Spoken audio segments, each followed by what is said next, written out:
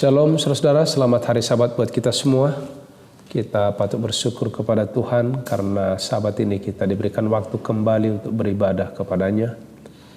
Dan sebelum kita mendengarkan firman Tuhan, mari kita berdoa sejenak. Bapa di surga, Bapa yang penuh kasih, kami bersyukur dan memuji Tuhan karena kebaikan-Mu. Satu Sabat kami diberkati, perjalanan iman kami, dan saat ini kami mau belajar dari firman-Mu.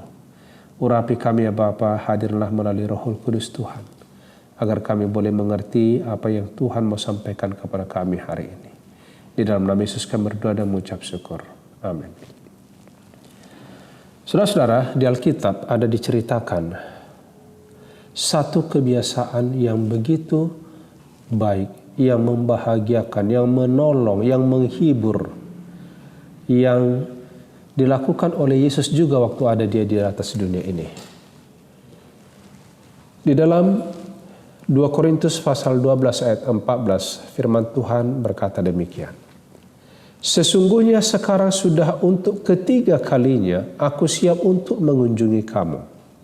Dan aku tidak akan merupakan satu beban bagi kamu. Sebab bukan hartamu yang kucari, melainkan kamu sendiri. Karena bukan anak-anak yang harus mengumpulkan harta untuk orang tuanya, melainkan orang tualah untuk anak-anaknya. Saudara-saudara yang kasih, Rasul Paulus adalah merupakan satu contoh yang mengikuti keteladanan Yesus selama dia ada di atas dunia ini. Satu kata yang selalu terngiang di pikiran saya sampai hari ini, yang bahkan waktu saya menulis disertasi saya, pada waktu saya berkuliah mengambil S3 di IAS, saya sudah lama merencanakan untuk membuat penelitian tentang satu kata, yaitu perlawatan. Tapi ada seorang profesor, sebelum memutuskan judul yang harus saya berikan, menganjurkan saya untuk menggantikan topik ini. Pada waktu itu, semua orang yang ada di AS, khususnya orang Indonesia, dikasih satu sabat untuk mengambil bagian dari sekolah sabat sampai khotbah. Saya dapat bagian adalah untuk menceritakan kemajuan dari Indonesia. Lalu saya ceritakan tentang pekerjaan Tuhan di Pulau Nias.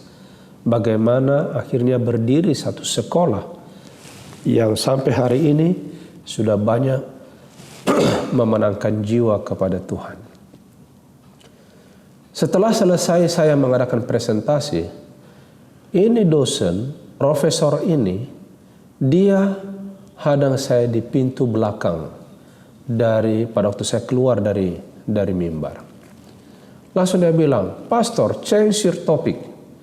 Change your topic now. Your topic is better what you have present." Ya. Akhirnya saya terhentak sejenak. Pada waktu itu saya cerita kepada Pak Pendeta Lubis, karena waktu kami diskusi sekolah sahabat, kami satu kelompok. Lalu dia bilang, "Adikku, ikuti apa yang dikatakan profesor itu." Apa topiknya? Adalah penginjilan di Nias. Saudara-saudaraku yang kasih dalam Tuhan, tadinya saya sudah mimpi lama mau menulis tentang perlawatan. Kenapa? Karena kemana saya pergi, di beberapa tempat yang ada di Indonesia ini, selalu keluh kesah yang disampaikan oleh umat rata-rata adalah masalah perlawatan. Metode Kristus adalah metode kerja yang harus kita ikuti. Di dalam pelayanan yang membahagiakan halaman 57, dari metode kerja Kristus kita boleh mempelajari banyak pelajaran berharga. Dia tidak hanya mengikuti satu metode. Dalam berbagai cara, Yesus berusaha menangkap perhatian orang banyak agar dia memproklamasikan kepada mereka semua kebenaran Injil.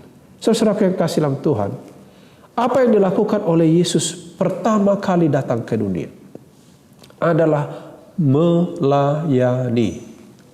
Dengan sederhana membukakan kepada orang-orang berkat yang mereka sesungguhnya pantas terima dan membangkitkan satu jiwa yang lapar akan roti hidup. Saudara-saudara yang kasih dalam Tuhan, adalah tugas setiap orang yang sudah mempelajari pola hidup untuk mengajar orang lain, yaitu mempercayai firman Allah. Sekarang ada banyak orang berada dalam kegelapan, dalam bayang-bayang maut. Mereka perlu diajar dalam kebenaran Injil. Ingat saudaraku yang kasih dalam Tuhan, hampir seluruh dunia terbenam dalam kejahatan saat ini. Namun kita memegang kata-kata bagi mereka yang duduk dalam kegelapan. Ini ditulis dalam Review and Herald 9 Mei 1912. Saudaraku yang kasih dalam Tuhan, kita harus berjalan. Kita harus bergerak, kita harus pergi, kita harus keluar, mengadakan kunjungan, perlawatan. Kenapa? Ada kata-kata yang Tuhan sudah berikan kepada kita untuk boleh membangkitkan semangat orang lain yang sedang berada dalam bayang-bayang maut. Jangkauan penginjilan Kristus adalah dari rumah ke rumah. Juru selamat kita berkunjung dari rumah ke rumah, menyembuhkan orang sakit. Dia menghibur orang berduka, menyejukkan hati yang sedang berduka. Dia membicarakan damai kepada orang yang berputus asa. Mari kita belajar ini, saudara. Sekali lagi, apa yang kita lakukan kalau kita berkunjung bukan gosip, bukan hoaks, bukan fitnah. Tapi pada waktu kita pergi berkunjung adalah membawa berita sukacita, menjadi penghiburan bagi yang berduka, menyejukkan hati yang berduka, membicarakan damai kepada mereka yang putus asa. Saudaraku yang kasih dalam Tuhan, Yesus menghadapi banyak bentuk kesusahan di atas dunia ini dan penderitaan. Dikatakan dalam Gospel Workers halaman 188, bukan untuk dirinya sendiri, tetapi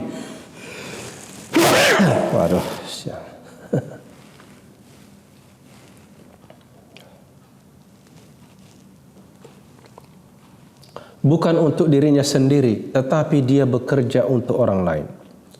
Yesus menjadi hamba untuk semua orang. Saudara-saudara, apa dikatakan di sini adalah makanan dan minumannya untuk membawa pengharapan dan kekuatan kepada semua orang yang berhubungan dengannya. Itulah metode Yesus Kristus. Dia memberikan satu motivasi kekuatan kepada orang lain. Gantinya, seperti kita di dunia ini sekarang, ada banyak orang waktu datang bukan motivasi, tapi kritik. Dengan bangga kita merasa menolong, tetapi membuat orang itu menjadi lemah dan terpuruk. Yesus beda, dia menunjukkan rasa simpati, dia layani kebutuhan mereka, dia menangkan kepercayaan mereka, lalu setelah itu baru dia katakan, ikutlah aku. Ini ditulis dalam Ministry of Healing halaman 143. Saudaraku, inilah jalannya gereja Kristen didirikan. Gereja itu didirikan mula-mula oleh Kristus dengan sedikit orang yang mengikutinya. Kemudian mencari keluarga, kenalan, membawa mereka kepada Kristus. Setelah itu mereka bawa beberapa jiwa, dibangun di atas kebenaran, dan akhirnya menjadi satu kumpulan jemaat gereja yang besar. Saudara-saudaraku yang kasih, mari kita ikuti teladan ilahi di dalam hidup ini. Di dalam penginjilan, dia datang dengan kontak pribadi dengan orang. Dia masuk ke rumah-rumah penduduk. Saudara yang kasih dalam Tuhan, ya, jikalau kita mengikuti jejak Yesus ini, harusnya kita melakukan apa yang dia telah lakukan. Saudara-saudaraku yang kasih, saya sering terganggu pikiran. kalau kita ini hanya teori saja. Banyak orang yang mudah untuk membuat teori, berbicara dari atas mimbar, mungkin melalui seminar-seminar. Tetapi kadang saya sendiri secara pribadi juga tertahan hati saya.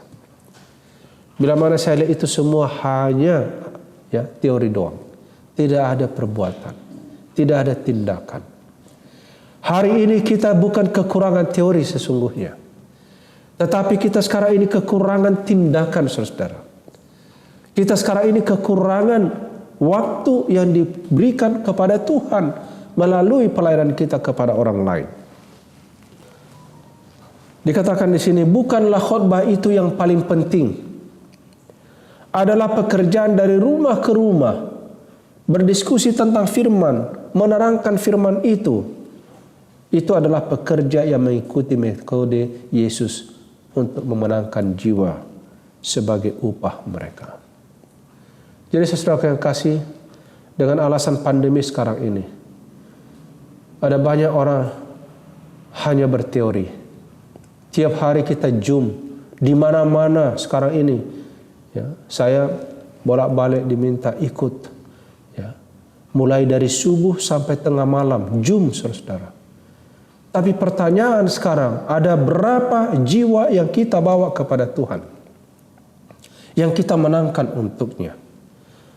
Ternyata berkunjung itu, perlawatan itu masih harus lebih baik hasilnya daripada hal yang lain. Kenapa? Karena di sanalah kita duduk bersama. Melihat dengan muka dengan muka. Mimik, apakah itu dalam sukacita, apakah itu dalam duka, dalam kesusahan. Dan di sana terjamah batin dengan batin berbicara. Saudara-saudara yang kasih dalam Tuhan, ke-12 murid Yesus diutus oleh Allah bekerja dari rumah ke rumah. Tidak ada sesuatu yang dibiarkan mengganggu pikiran dari tugas berat dengan cara bagaimanapun membangkitkan pertentangan, menutup pintu bagi pekerjaan seterusnya. Mereka tidak harus mengenakan pakaian guru agama atau mengenakan jubah istimewa untuk membedakan mereka dari para petani yang hidup sederhana. Saudara-saudara yang kasih dalam Tuhan, ini saya jalani hampir lebih kurang 10 tahun waktu saya berada di daerah. Kita pergi ke sawah, ke ladang, di tempat di mana mereka ada. Dengan pakaian, harus kaki celana digulung oleh karena melewati air dan lumpur. Itu yang kita lakukan. Tidak perlu di sana pakai jas. Tidak perlu di sana pakai sepatu. Saudara-saudara yang kasih dalam Tuhan, kita menyesuaikan diri dengan situasi. Mereka tidak masuk ke gereja lalu memanggil orang berkumpul untuk ceramah. Usaha mereka ialah kunjungan dari rumah ke rumah. Mereka masuk ke ruangan dengan salam yang indah. Damai sejahtera bagi rumah ini. Rumah itu akan diberkati oleh doa mereka, oleh nyanyian mereka, oleh pujian, dan membuka firman Tuhan dalam lingkungan keluarga. Saudara-saudara yang kasih dalam Tuhan, ini menjadi pelajaran bagi kita. Apa rahasia dari para rasul dalam kemajuan mereka? Saudaraku, sama seperti apa yang dinyatakan oleh Rasul Paulus. Kamu tahu bagaimana aku hidup di antara kamu sejak hari pertama aku tiba di Asia ini. Dengan segala kerendahan hati aku melayani Tuhan. Dan dalam pelayanan itu aku banyak mencucurkan air mata dan banyak mengalami pencobaan dari pihak orang Yahudi yang mau membunuh aku. Saudara-saudara yang kasih dalam Tuhan, saya rasakan namanya melayani.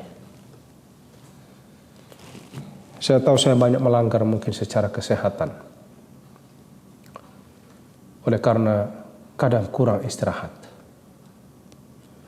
Tetapi bila mana jiwa-jiwa itu sedang kelaparan, memiliki persoalan, membutuhkan dukungan, saudara yang kasih, 24 jam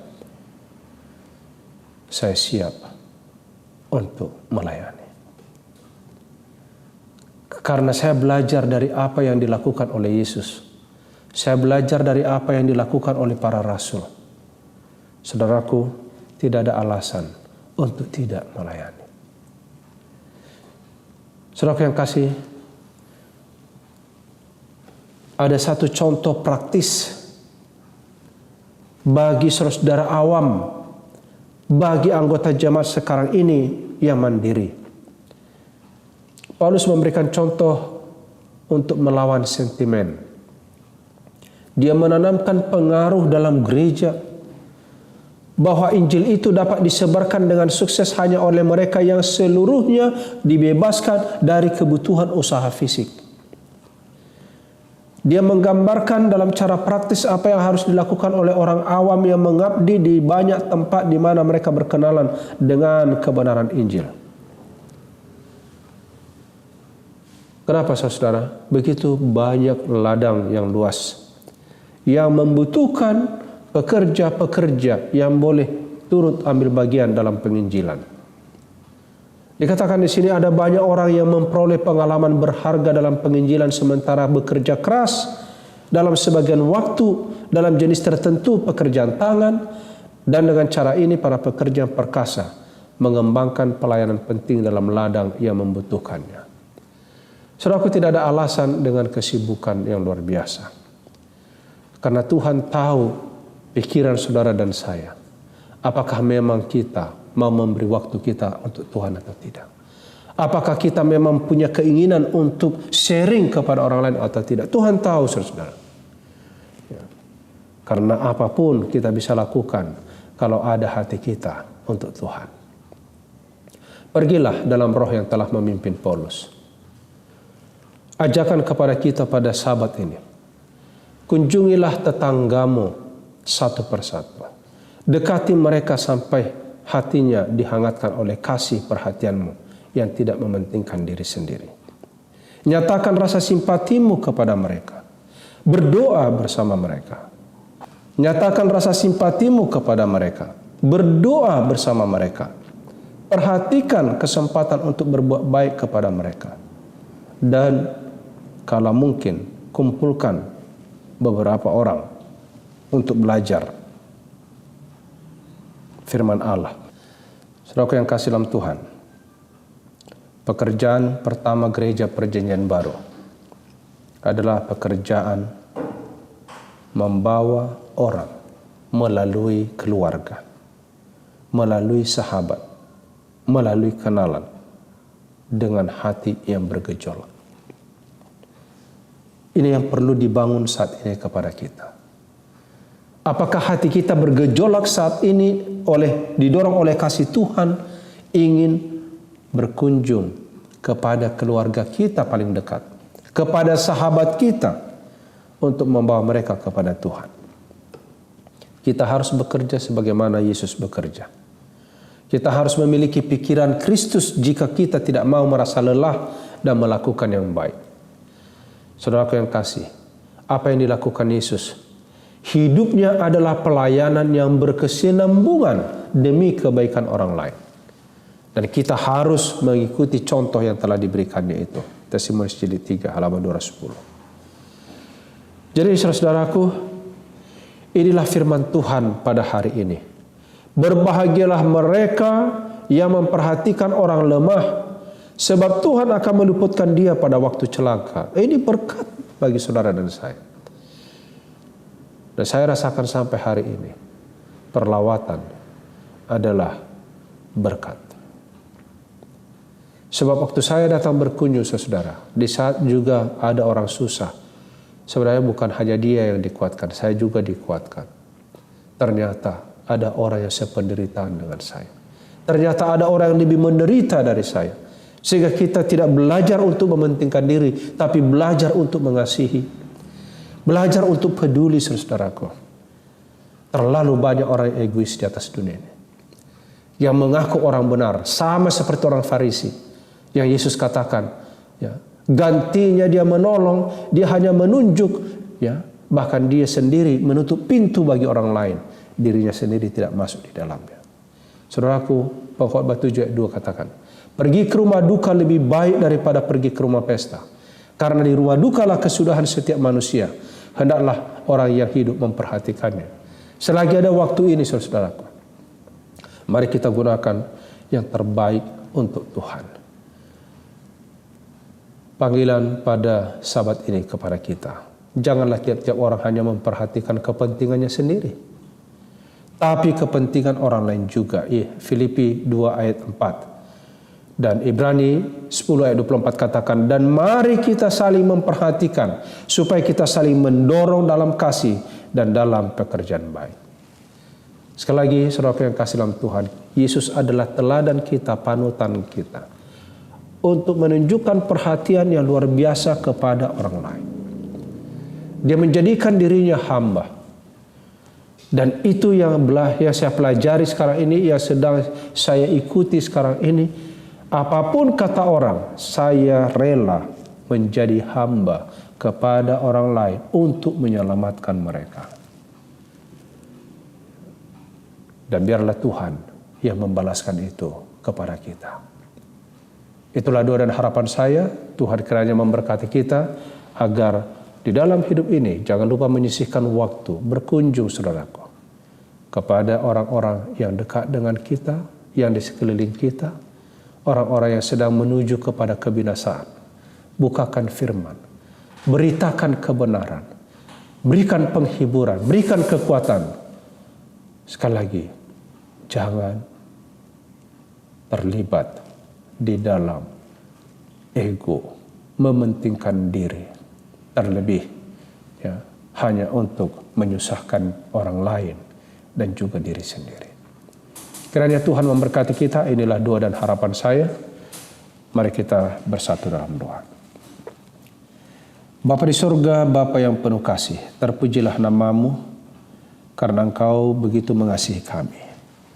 Engkau Allah yang peduli dalam kehidupan kami. Di atas dunia ini, Tuhan sudah memberikan contoh kepada kami. Engkau datang dari rumah ke rumah untuk memberikan kekuatan, untuk memberikan penghiburan, untuk memberikan kepada mereka berkat, bahkan membagikan firman kehidupan. Tuhan, biarlah kami belajar hari ini, menyisihkan waktu kami, mengikut teladan Yesus. Jauhkan dari diri kami sifat mementingkan diri, sifat yang hanya membela diri. Tetapi biarlah kami boleh, oleh karena didorong kasih Tuhan, kami berjalan, kami melakukan sesuatu menjadi berkat bagi orang lain. Bapa, angkat tangan-Mu kepada umat-Mu saat ini, agar mereka memiliki kekuatan dan kuasa menghidupkan firman ini. Tuhan memberkati engkau dan melindungi engkau. Tuhan menyinari engkau dengan wajah-Nya dan memberi engkau kasih karunia. Tuhan menghadapkan wajah-Nya kepadamu dan memberi engkau damai sejahtera. Kasih karunia Tuhan Yesus, kasih Allah Bapa, persekutuan Roh Kudus memberkati kita, mengurapi kita dari hari ini sampai selama-lamanya. Di dalam nama Yesus kita sambut berkat-Nya. Amin.